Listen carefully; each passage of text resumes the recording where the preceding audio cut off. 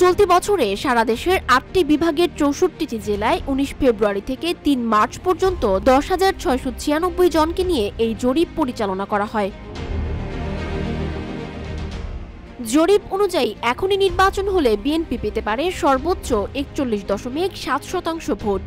এ জরিপে দেখা গেছে দ্বিতীয় অবস্থানে রয়েছে জামায়াত ইসলামী, যেটি পেতে পারে ৩১.৬% ভোট। তৃতীয় স্থানে রয়েছে আওয়ামী লীগ, যার ভোটের পরিমাণ ১৩.৯%। এছাড়া ছাত্রদের নতুন রাজনৈতিক দল এনসিপি বা জাতীয় নাগরিক পার্টি পেতে পারে ৫.১% ভোট।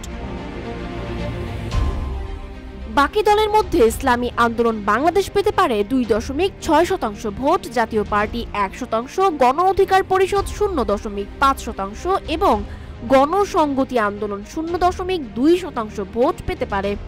অন্যান্য দলগুলির মধ্যে ৩.৩% ভোট প্রাপ্তির সম্ভাবনা রয়েছে।